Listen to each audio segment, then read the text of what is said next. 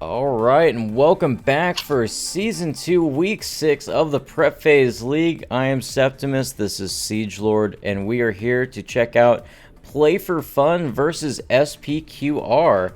So both these teams are raring to go, and once again, we just saw SPQR. They went up against 2OP, unfortunately had to use a bot for their first game, and did get swept by 2OP.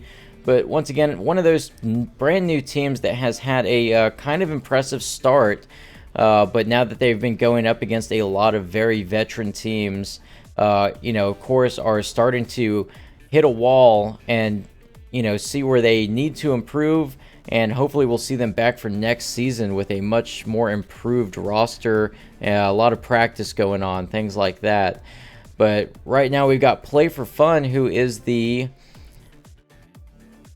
6th seed right now for the tournament, so they really need to just do a full sweep here and take it home.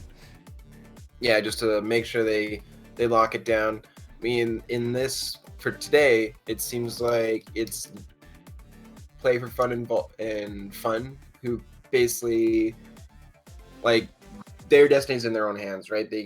They have to make sure that they win the most amount to make sure that they actually lock in a position. Otherwise, cookie cutters can come in and snake a spot from them. Again, they don't have to win a whole heck of a lot of games. I think it's only 1 or 2 each, but they still have to make sure that happens. Otherwise, they won't be there, right? Yeah, absolutely. Because there's, today's we got several things going on where we've got, fun, Play for Fun, cookie cutters, and even Love Bites has a little bit of a chance here as well. But, really it's between fun, Play for Fun, and cookie cutters. Any one of those three could end up, 2 out of those 3 could end up in the tournament. One, of course, is going to get bumped out. And Play for Fun, or these guys already are, as you said, they're chomping at the bit. So Play for Fun has already grabbed Cloudspire as their map, with the bans being Celeste for SPQR and PFF grabbing banning out the Nyx. So Helio has been grabbed for SP, which makes sense. Yeah, as long as they can actually play him. Yeah, with those huge AoEs, he is really effective on Cloudspire. Play for Fun, of course, wanting to snatch up Lockwood as soon as possible because he is just incredibly strong on this map with his ultimate as well. Anybody with those large area of effect abilities can just do wonders on Cloudspire with its close quarters. Yeah, so both of these teams are getting highly contested, super important freelancers already. SPQR valuing the single support, while Play for Fun, since they get the 2 picks, they're locking down to make sure they get the two of the most powerful firepower as possible. As far as Frontline is concerned, it's not really a big issue because the 2 top tiers, they're both on the table. You can grab Rask or Asana, and SPQR has decided that they think Sana is that little bit above Rask. Not again, there's a bit of contention there. I don't necessarily agree with that, but they want to make sure they grab her, so they grabbed her. They're leaving their firepowers last second, which isn't necessarily a problem because in theory, Play for Fun isn't going to be grabbing a 3rd or 4th firepower, so yeah, this makes sense. Yeah, and this is that typical kind of tango we've been seeing quite a bit, where one team is going to go for their support and their frontliner first, while the other team goes to pick out their 2 favorite firepowers. Of course, with the bans coming in this game as Nyx and Celeste, with Play for Fun taking both Lockwood and Gray, it puts SPQR in kind of a position where there's not a lot of great choices left. They do have Blackburn available. Grimolition's also available. Zuki, might be a decent choice, but we do see Oz coming out, which is a little bit of a surprise, but I think with the way that Road was able to play Oz last week, it kind of showed everybody a little bit of what he can do when played incredibly well. And Garrison coming in, making SPQR a double frontline. I don't mind. This a double frontline strategy as long as they don't clump. I have personally held down, as demonstrated by my attempt to make it work in one of the original tournaments. I think it can function properly, just as long as you're applying consistent pressure. And Helio is the type of support that you'd want in a situation like that, where you're just consistently applying pressure. You want to make sure you get to the 5 kills as opposed to 20 turns. So you want to make sure that the game ends sooner rather than later. Yeah, and granted, it's a bit harder because frontliners do noticeably less damage than firepowers, and they ended up going with the Oz, who isn't like necessarily the dealing out the most damage. But I think the composition is possible. It's just maybe this combination is not the best to make it work.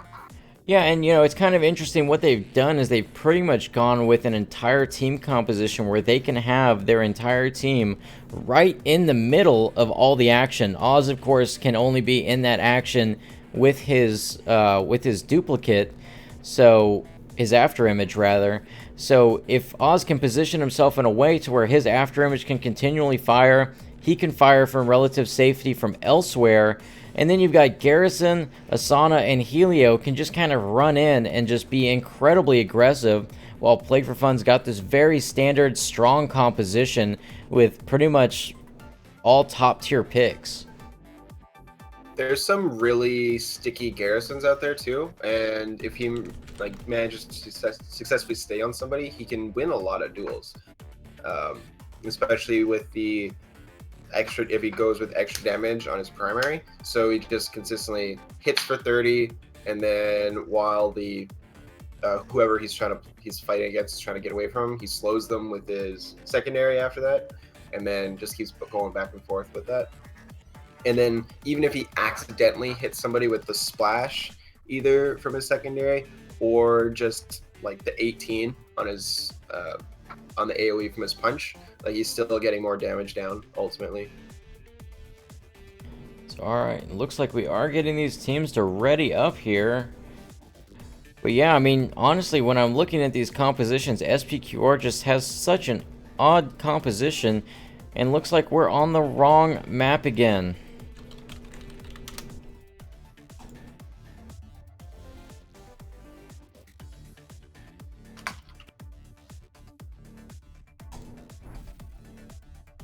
Alright, so they were able to stop it before the game actually started, so... Feels good, man. Yeah, not a lot of wasted time gonna happen here, but... Man, I tell you, week 6, these teams are just exhausted, and apparently not able to pick correct maps. So... So... do you agree with PlayForFun? I don't. Thinking that Titus is above Rask? I would not say that necessarily. I would say, if anything, Rask has been brought down to the level of Asana, where Asana and Rask are equal, but Titus is still just a little bit behind him, but it's not a huge gap like it used to be. Titus is a very powerful frontliner when played correctly. Okay. I'm just thinking that PlayForFun is this sort of team that's been around long enough, and they're a good team, obviously. So they do have the ability to be playing Rask, and them just choosing Titus over somebody, like, regardless as to how big the gap is, if somebody is better, you should be playing the better guy, right? Well, and that's not necessarily true. I mean, Nelman has shown that he is probably one of the stronger Titus players in the game. So it's a little bit of a comfort pick for him as well, where if you can play a character, even if it's, you know, if it's right up there, you know, number 3 choice, then you might as well go for it, because you might be able to play him better than you're able to play the other two. Okay. No, yeah, I assumed that Nelman was as strong with Rask. Maybe that was a faulty assumption on my part. Then I take it back. I mean, he may well be, but, you know, if his comfort pick is Titus, and with the performance we've been seeing from him this season, I certainly can't fault him for his choice, because he's doing incredibly well with it. 4, 3, Fair enough, fair enough. 1. There's gonna have to be some interesting things coming out of the Garrison this go around. and particularly Oz is the main damage dealer to make sure that this goes in QR's favor. But it's play for fun of the guys who actually have some on the line. Like, they got to make sure that they're winning their games. They want their seeds, right? Yeah, absolutely. This game means quite a bit to them. Depending on what happens here, I don't think that they're going to fall out of the tournament, but they could actually face a chance of not being able to make it in. Of course, Fun has pretty much secured their spot in the tournament by earning that 1 point. So pretty much it's up to Play for Fun here not to get pulled out by Cookie Cutters. And of course, Cookie Cutters would have to win both of their matches to knock Play for Fun out, and Play for Fun would have to lose both of their matches. Yeah. One of the matches is against Cookie Cutters, is it not? It is. Or no, that is Fun versus Cookie Cutters. Freelancer United Nations versus Cookie Cutters. Gotcha. So, excuse me. But yeah, kind of surprised there with that trash Fun game with the disconnect causing that upset. Yeah, but I mean, disconnects have happened on both ends. Baby Millie disconnected in the finals against Trash last season, so things happen, right? Yeah, it will happen. It will cause issues. Looks like SPQR is super clumped up. Yeah, this is exactly what I was talking about with the problem with having 2 frontliners and an assault support, is that it's super easy to get immensely clumped up and get incredibly punished for it. And that's potentially what happened right now, since Nelman's got eyes on him and he's just dashing with Titus and all for non-cover damage. Alright, and there comes the Paralaser with Unstoppable on it to kind of combat that black hole. But a turn early. Nelman dashes in, hitting Art, and then we have 2 dashes, one coming from Cornic and Rafalika. One jumping on Honey Badger, the other on Penta. Oz taking a shot out at Nelman, predicting the dash coming in.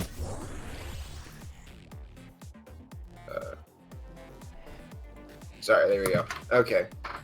Yeah, so they managed to successfully avoid all that damage that was going in on the twin frontliners, but now, because of the positioning of the Asana, it's not like the best black hole combo, which is kind of the main thing that Helio does actually decently, right? So that's a bit of an issue, but as long as they land at least one person displace them, focus them down, it's still worth it. Yeah, and the unfortunate part is Penta did seem to use his Unstoppable Paralaser a turn too early there before the black hole was actually active. Penta does throw down an Ion Cloud onto Cornic though, and takes a swipe from him as well. Rockets and a punch going on to Honey Badger from Rafalika, and Rio doing a little bit of damage to Art, along with a shot from Honey Badger doing huge damage. Nelman gonna add into that with a big 32. And here comes Hawk with that double Oz mighted shot on the Nelman for 49 and a light him up, catching both Art and Cornic. And here comes that black hole, throwing Penta right through the wall, scrambling him up. Yeah, so Helio is in big trouble. He can get hit still from the Lockwood. Nope, actually can't get hit from Lockwood. He's on the other side of the pillar just barely. Or, oh, no, my mistake. He's probably found the shot. But the Aurora can hit him if push comes to shove. He's still in a bad state, right? Yeah, it looks like Art's going to double shield himself up. Honey Badger getting out of there, trying to get away from Rafalika as Garrison. And there goes Art taking that damage. Penta's going to touch up on Nelman a bit, and then we're going to see a huge amount of damage going onto the Ponky from Oz. Penta catching an Echo Hammer, and here comes the Rockets catching both Penta and Nelman for 10 each. And lots of misses because of that Gray Dash, but Raph going to catch more punishment from Nelman.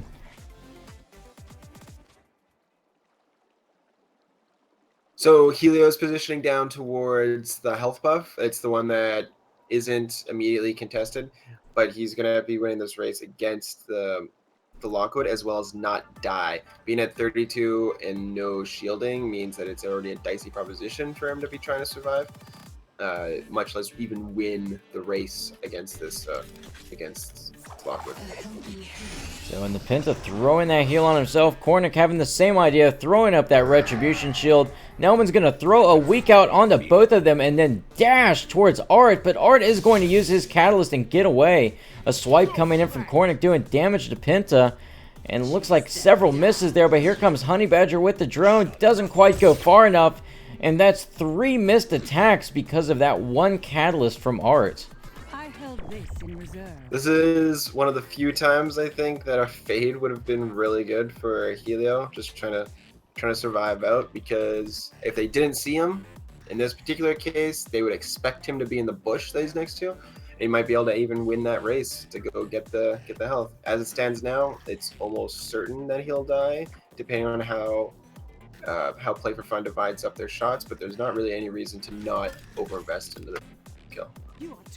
And here comes Cornic with the dash, doesn't make it far and stops right there out of cover. The Ponky gonna take some Echo Hammer damage and then catch a little healing from Penta along with Nelman. So it looks like they were expecting Penta to be standing right over there in an area that they did have blocked vision on. Nelman catching a shot from Oz, and the Pocky doing a really fancy shot right into Art, and Nelman gonna finish it all up with a big hit. Yep, that's exactly what you need. When you know that someone doesn't have any escapes, just turn everything to them. Make sure they go down no matter what. So they focus the out of position Helio from round 4 to 6, and it paid off for them. Definitely good play, good clean play coming out from PlayForFun. There goes Cornic with that Retribution Shield again. Rafalika gonna use his Turtle Tech there. Oz is going to catch a dagger from Nelman, and they're gonna lock Penta in place and then throw a punch on him from Rafalika. Penta just going to heal up Nelman a little bit and then pop that dagger on Hawk, who's also going to catch a bounce shot from Lockwood. Only left with 17 health.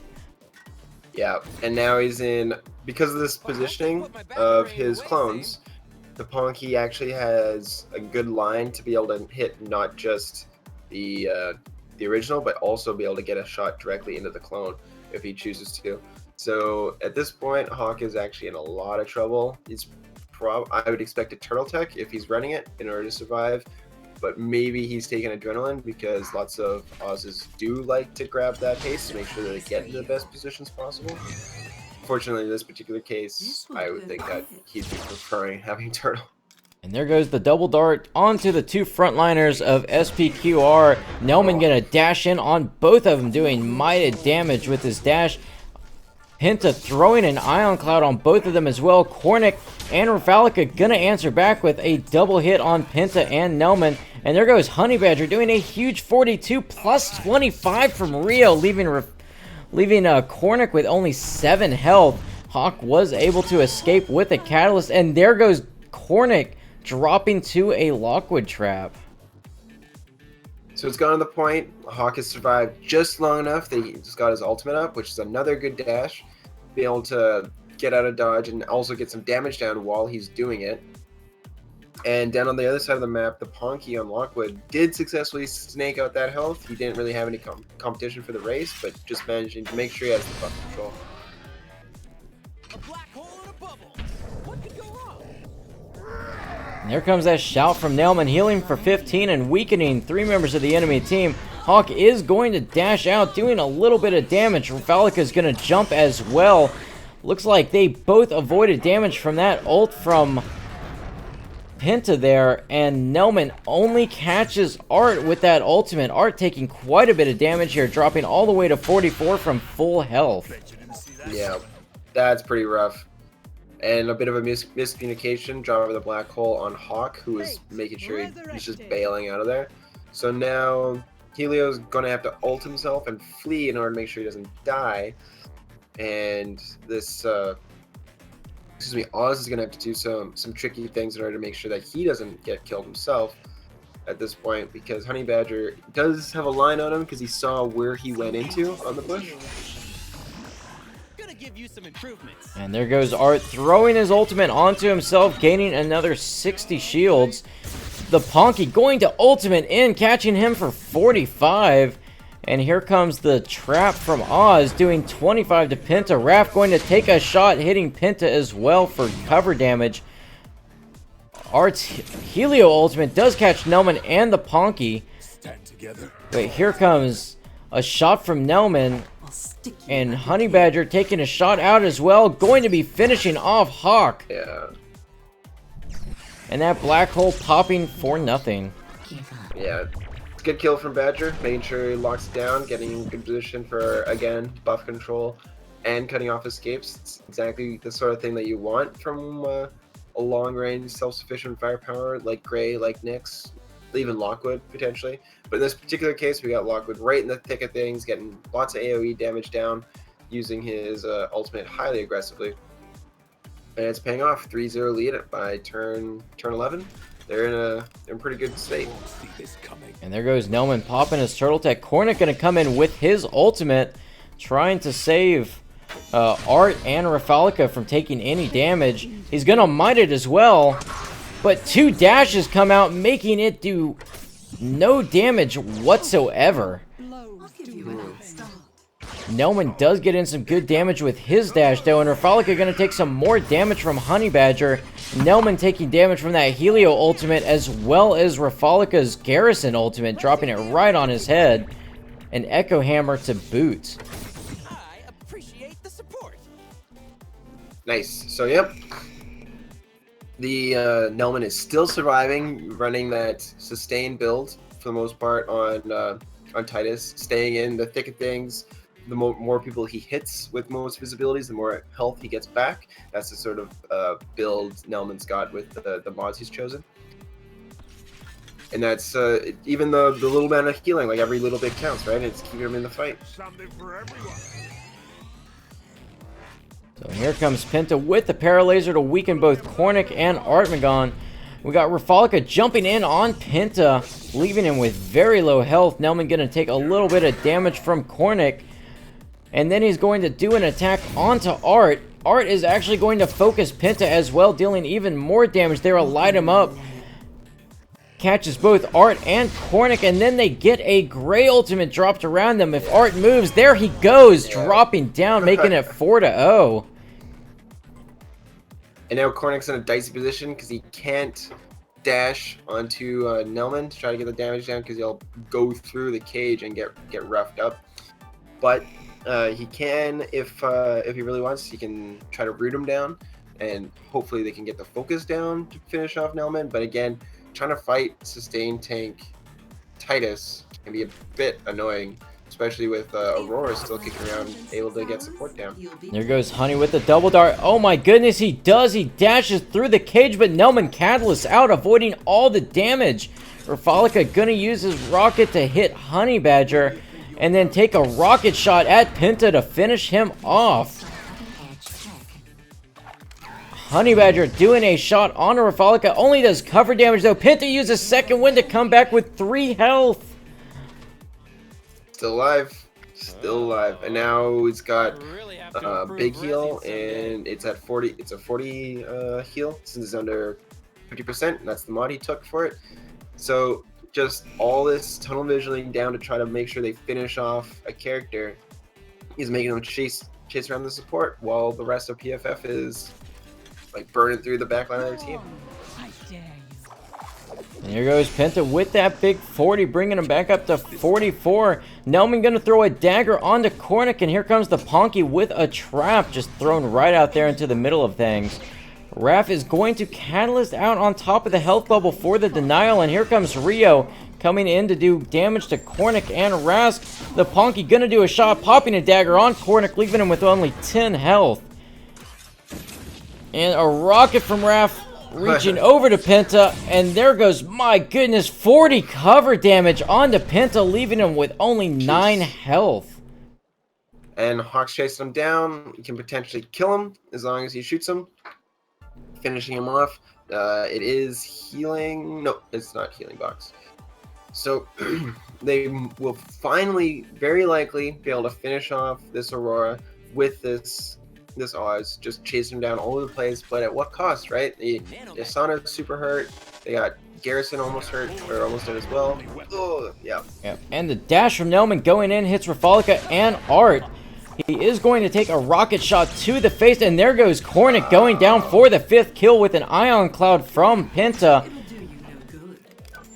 The Ponky doing another shot, making it 6 kills on Rafalika. SPQR does answer by finally taking Penta down with a shot from Oz. Victory. That was a very good box predict from that Aurora, that Pinta there. I liked it. Managed to make sure that no matter where it flashed, you'd be able to get them, unless Asana flashed right next to Aurora, which is pretty unlikely, but you never know. And most tanks, particularly ones like Asana, and especially ones that are running Helio combos, they take Fetter. Like anything that to make sure that AoE lands, they'll take Fetter to try to root people, and that has a shorter range, more similar to Fade than the Shift teleport. So it's a good predict. It paid off. Like they would have won anyhow, right?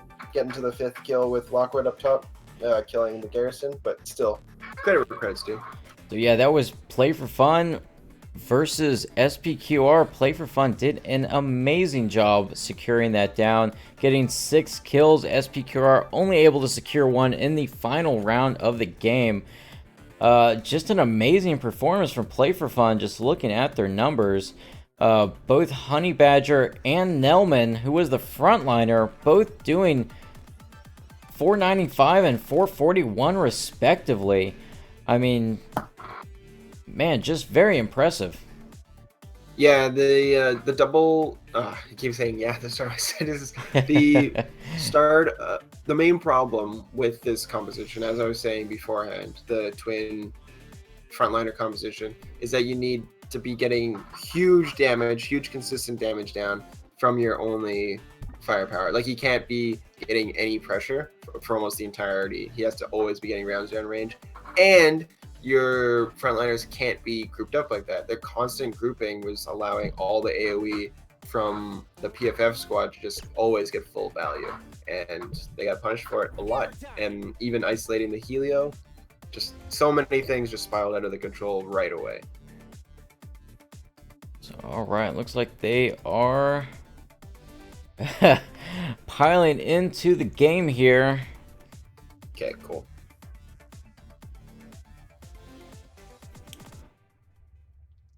So, but yeah, it looks like PlayForFun is definitely very serious about securing their spot in the tournament.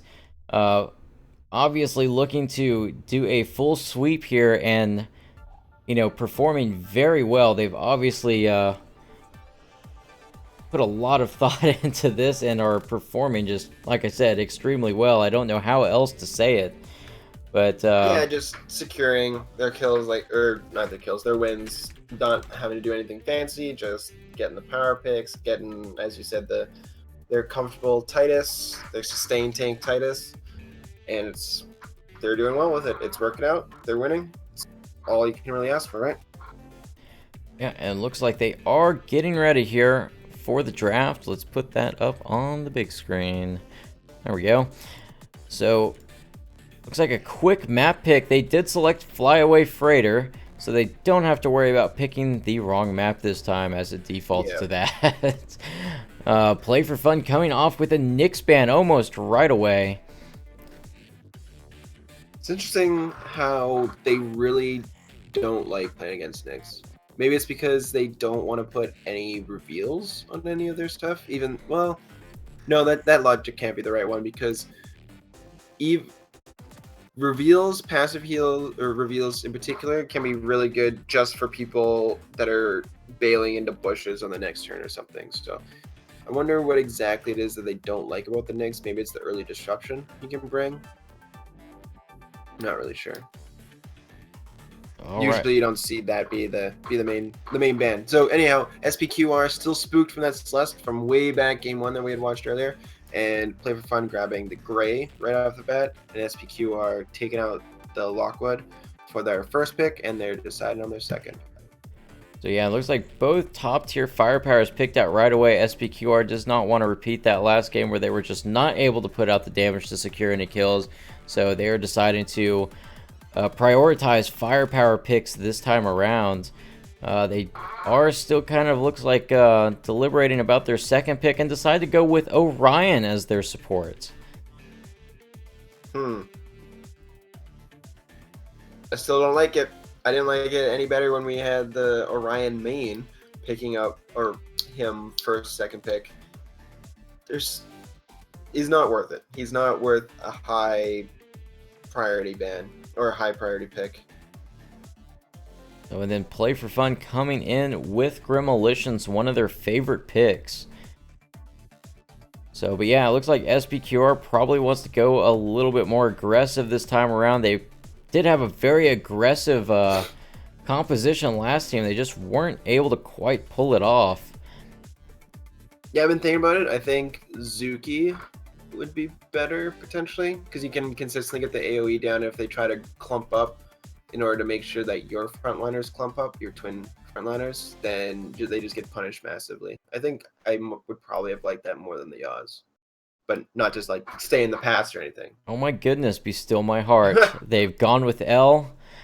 I can't say it's the best pick because people keep telling me it's not, but I am glad to see L here in the tournament as always, or in the league. Yeah, this is looking like a decent AoE comp for the most part, actually. I mean, as being an L fanboy, I suppose you know everything there is to know about her. Absolutely. Maybe you should be the one to take this away to talk about her a bit.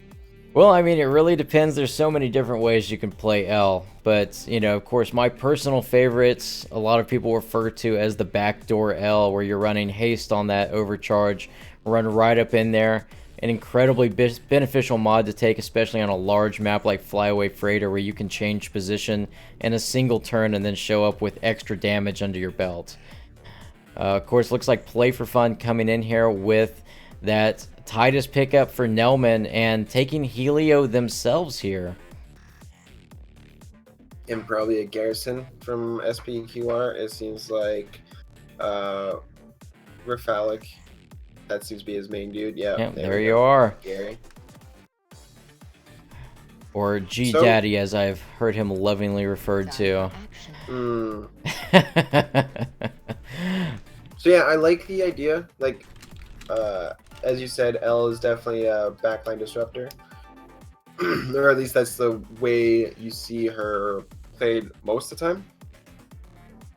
And it would even work extremely well against Gremolitions and Gray. I mean, she can dodge the stuff pretty consistently, right? Gray's got a relatively narrow primary, and Gremolitions only hits single squares.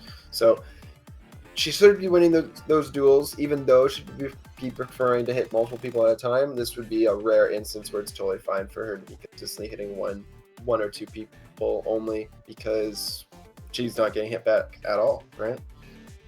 So, and yeah, I mean, honestly, like, if you look at SPQR, like you mentioned earlier, a very strong, just dispersed damage composition. You've got Orion can hit multiple targets. If they're clumped up in the right way, he could hit all four members of the enemy team. Same thing with Lockwood, has his light him up ability. L, of course, just innately has that potential with her basic attack, just like Orion, able to hit longer lines of people as well. And then Garrison, he's got his rockets, which can hit multiple people just as kind of a passive ability. His punch can hit multiple people. His jump can hit multiple people. His ultimate can hit multiple people. So this is all just like a lot. Just an incredible amount of AoE on SPQR's side, which I think is actually very strong against a team running Helio as their support, because they're not able to heal up. Yeah. They can target one person with a shield that protects them for one turn, but once that shield is gone, you know, it's gone. It doesn't heal you back up at all, so they're going to be very dependent on, you know, the health power-ups spawning on the map. And of course, Nelman, we know, loves to run that healing Titus to just kind of continually top himself off.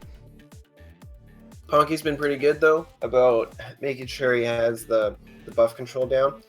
So I'm not too concerned about that ability, like making sure he's getting that extra health there. But as you're saying, it is definitely a concern just constantly getting 3 to 4 members of their team a hit for however much damage, even if it's all in cover. Just constantly whittling them down would probably be the way that they could take it, the SPQR squad. And it would be good for them because they've lost 3 of their matches so far today. So if they manage to take one out by shifting up their roles a little bit, I mean, Hawk and Art have swapped firepower and support roles, so maybe this is what they need to bring it back. All right, and looks like we've got PlayForFun is on the red team while we've got SPQR on the blue team. SPQR looking to clump up on the south side while PlayForFun going for a more vision based spread. Of course, PlayForFun has no vision on anybody, but SPQR does have vision on Nelman. Yeah, as to be expected. Like when frontliner goes up that far, he's should expect to be seen. He's looking to try to exchange some of his own health or even his dash to get some vision, but he should expect that they can at least see him because the bush is around, right? Alright, well, looks like they're going to go for some of that early damage on him there. Just trying to get some in early and often. The Ponky and Honey Badger doing some pot shots out there, and Nelman walking right through that trap, bringing him down to 148 on the second turn. Blue team do they have an idea on where? Oh no, never mind. Sorry, I had gotten confused as to who was on whose team. So they got eyes on Helio as well as on the Titus, and you want to be focusing on that Helio exactly as what had happened to them last turn. But because of where Cornic and Garrison is, they can't really get into a prime position for it. It looks like Turtle Tech coming out from Nelman here. Penta is going to throw that black hole on him to prepare for that dash here soon. Hawk is going to catch a dagger from Nelman. And here we've got Rafalika missing Nelman just narrowly. But here comes Hawk with a drop from that Orion ultimate on his head. And then Art is going to activate that drone and then take a 40 damage shot at Nelman. Cornic's going to add into that with a bounce shot. Nelman taking huge damage that very first turn with all the focus. Rafalika did not move. That was exactly what who was it? Lodar or whatever from the interview in the last setup. That's exactly what I was talking about, right? That members of the SPQR squad is not making the most of their turns, so they're not doing anything. So Cornic and Rafalika did not move, and that's really bad for the Garrison. It looks like Nelman gonna do a shout there to weaken Hawk. Rafalika gonna do a dash in there. Nelman also going to dash, but misses Art as L with that 2-space dash. Honey Badger does still get a shot on Art, but the mines coming out from the Ponky do miss. Art does still get pulled through that black hole and the Helio wall, though did not quite get out of range.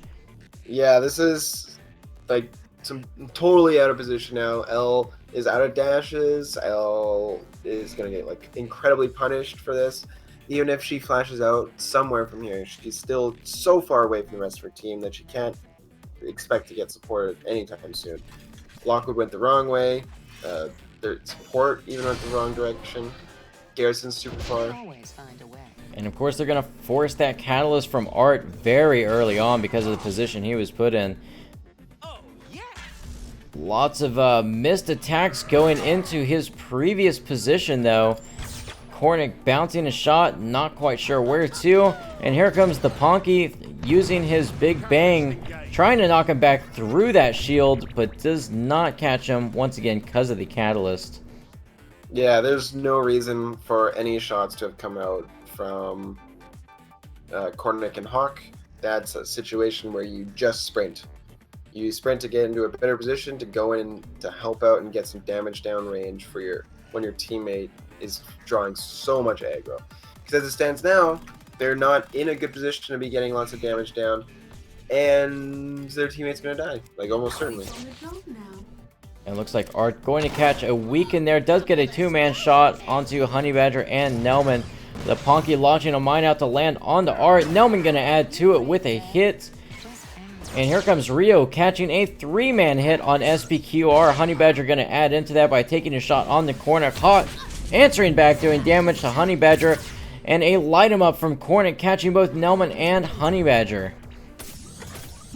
Like, the light him up was fine, but just walking into like good drones is just awful. Even Hawk, there's no reason for Hawk to have stayed there. He could have walked over and grabbed the health and not been in the drone to be taking all this damage.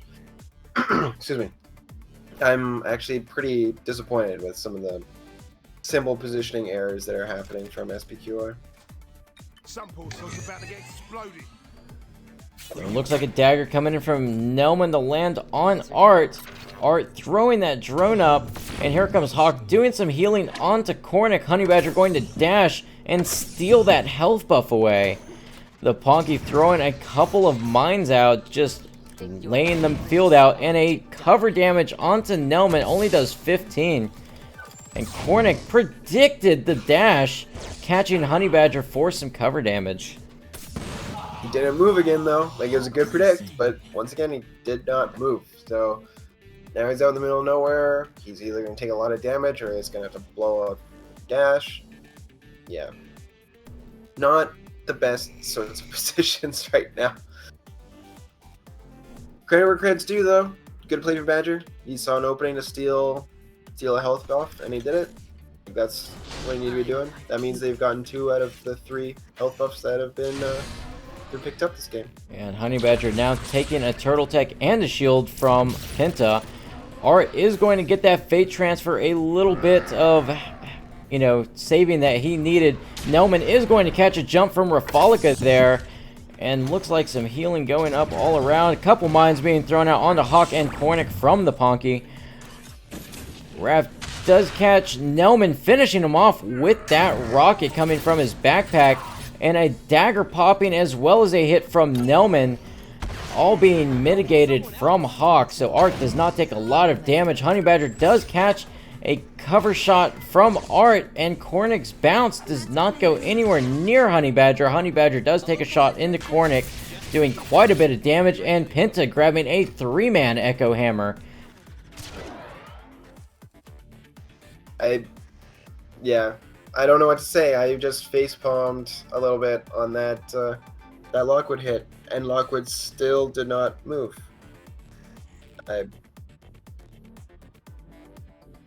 Like, these guys have been here for a couple weeks now, and they've been playing the game supposedly for a little while, even before that. They should know you can move and shoot at the same time, or you can just straight up move your entire turn.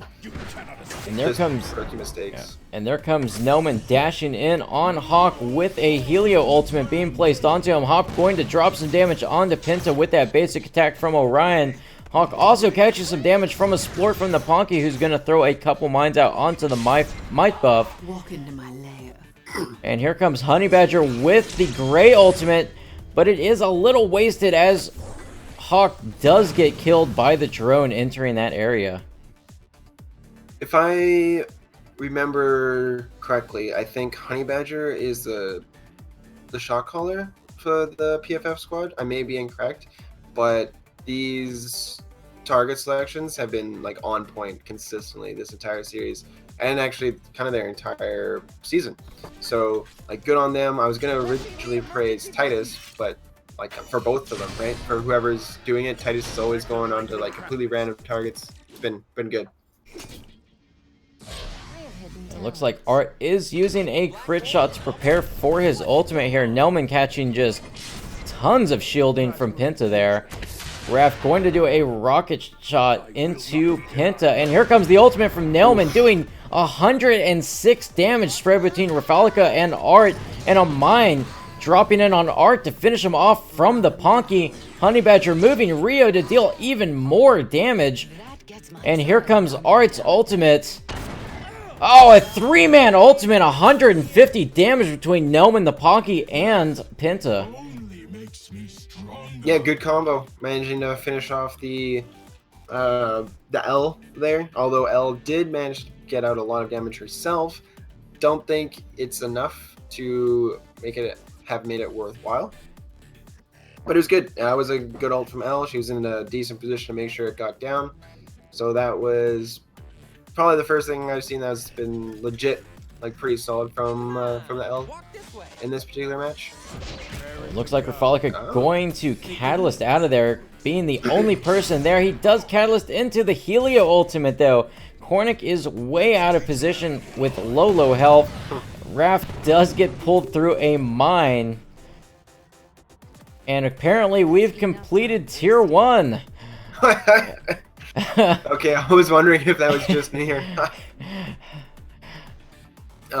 Yeah, that was interesting. See, that's why you like to take not only a frontliner but Gremlins when you go out with Helio, because you can bounce back through a wall using the Gremlin knockback as well. You don't just need the wall.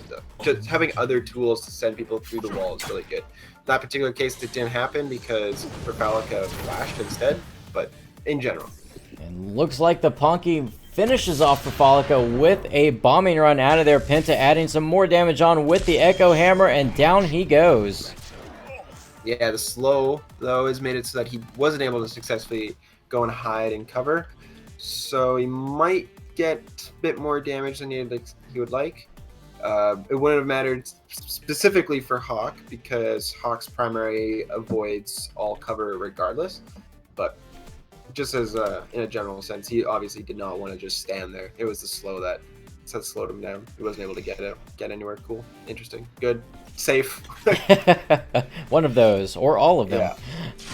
Honey Badger actually going to catch the shield from Penta instead of putting it on himself.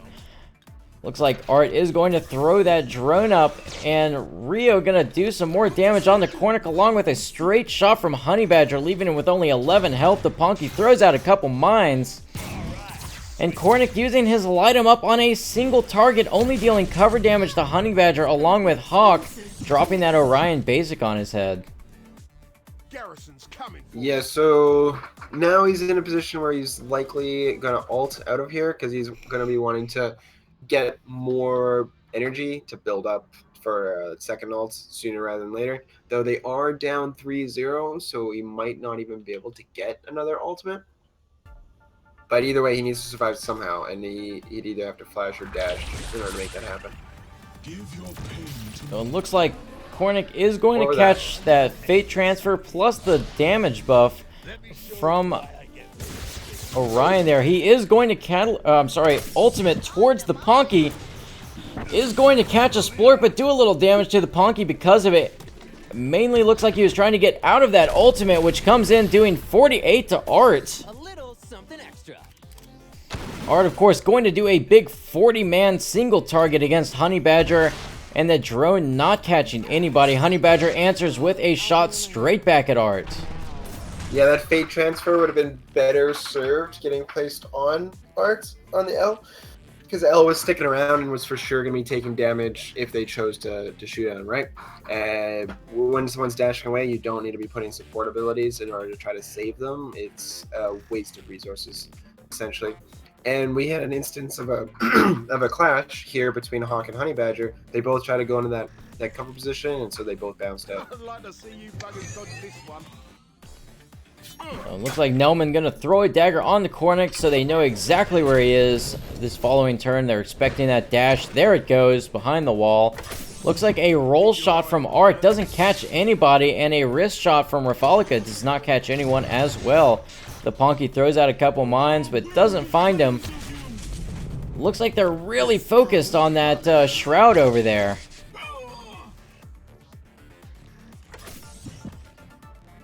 Alright, so now they've actually found Helio. They know exactly where he is, but Helio's already back up to 102 health and has picked up a healing buff.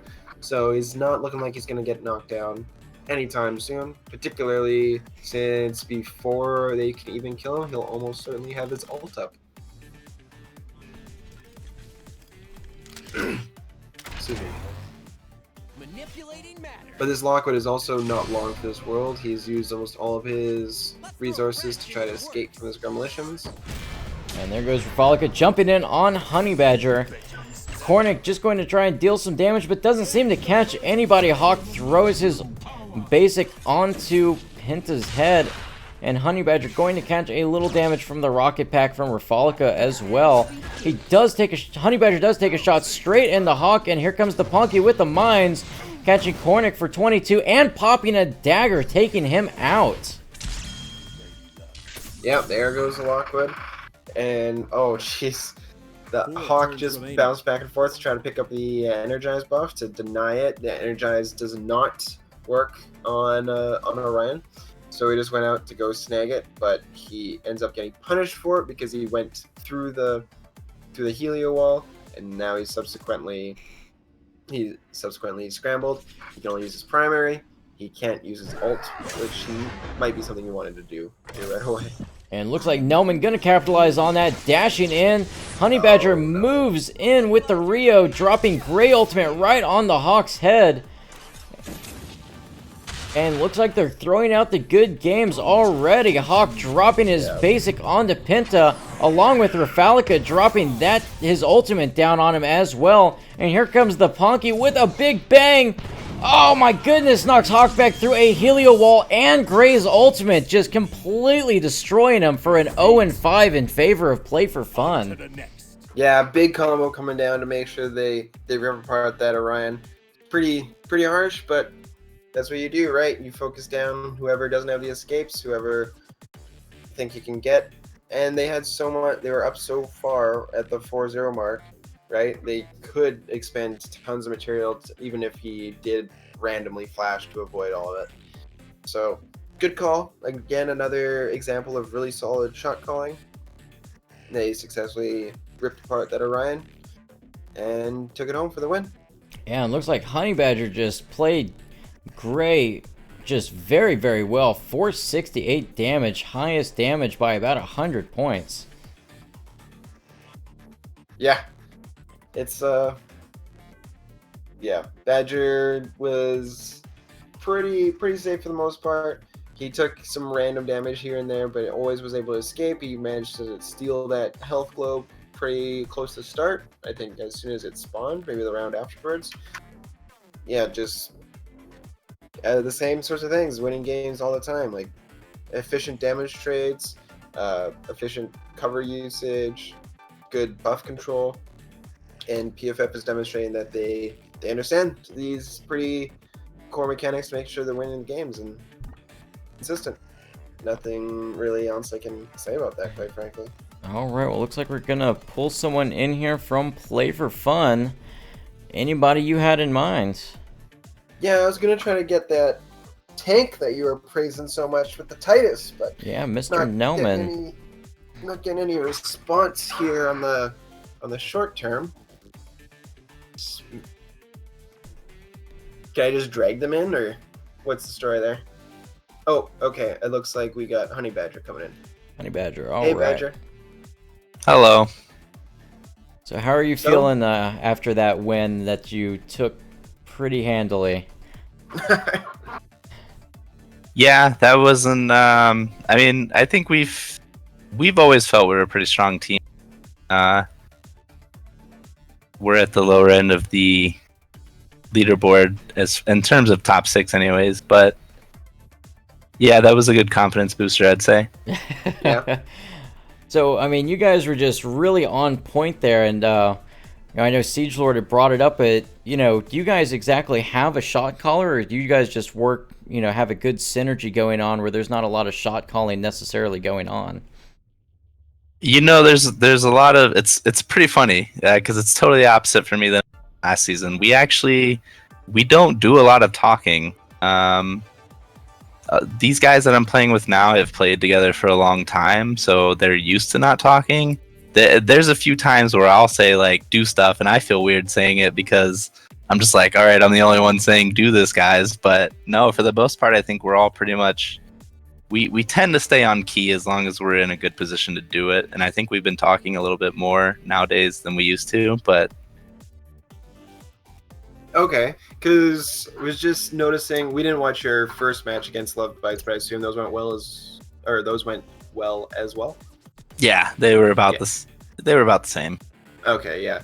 I was just noticing that Nelman had some really strong shot selection, so he would manage to thread the needle on these dashes and go and hit somebody, and the entire team turned on whoever he had hit on that exact same. He turn does, and we pretty much that's pretty much what we use Nelman for. I'd say he's either the he's like he plays double roles. He's either the guy that says, "All right, we're gonna do this," or he's the guy that we all tell to do this.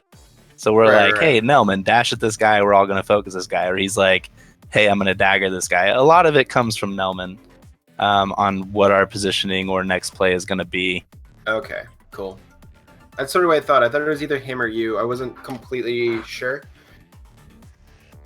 There is times like I try and encourage everyone to say, like, you know, call the plays on what the most efficient is, but it does tend to be a lot of me and Nelman saying, like, we're going to do this or we're going to do that, and then we just all go with that, you know?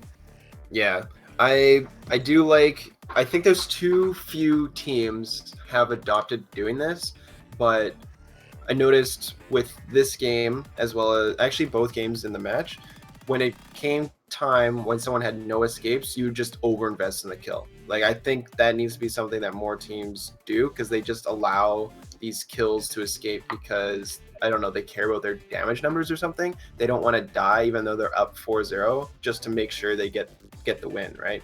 So I can't remember who it was against. I think it was against the Quark or something. Maybe I'm thinking of a different match, but just making sure that person dies no matter what. So I think it was Helio. That's what it was. Cloudspire in the first one. It was the first Helio kill, and you guys just put so much into it to make sure he died on like round 6, and then this time around, bursting out the ults and the knockbacks and whatever to make sure you finish off the Orion. I think that's too rare, so I'm glad that you guys were doing that this time. Well, the first game Helio was an obvious choice because we had like Nelman dashed in on 3 of them. Yeah. 2 of their firepowers and the other guy, and that basically split them right there because Rask was already pushed up. Helio had to go support the Rask, and unfortunately that put him in a position where he was uncovered. We're always going to try and because it was Garrus and Asana with the 2 frontliners. Oh, okay. Yeah, okay. I'm thinking about a different match. You're right. Okay. we played a Rask Helio earlier where they did almost thing, but okay. Sorry, I didn't mean to interrupt you. I was just making sure we were talking about the same games there. Yeah, no, that's fine. We pretty much always try and focus the targets that we see. We talked a lot after the trash games. Like, our trash games were very close, and unfortunately the first one there was some game bugs that caused it not to work out, but we realized that we're not finishing targets. And like you mentioned earlier, something that I had mentioned and have been saying for a long time is that, you know, sometimes you have an ultimate and you see that you can hit 4 people, and yeah, that's going to boost your damage numbers a lot, but is it going to get a kill? Is it going to be utilized next turn? If it's not, then it's not that useful. And we've just been letting people get away with 10, 15 health, 20 health, and if we see, you know, somebody blow their dashes or the flashes early, like it's even worth just sprinting to them just to make sure that they're not being more productive than they need to be. Yeah. No, that was definitely something that we saw in some other players so far this tournament, or so far today, people not utilizing their movement properly or just shooting blind when they know there's nothing there. It's been kind of disappointing.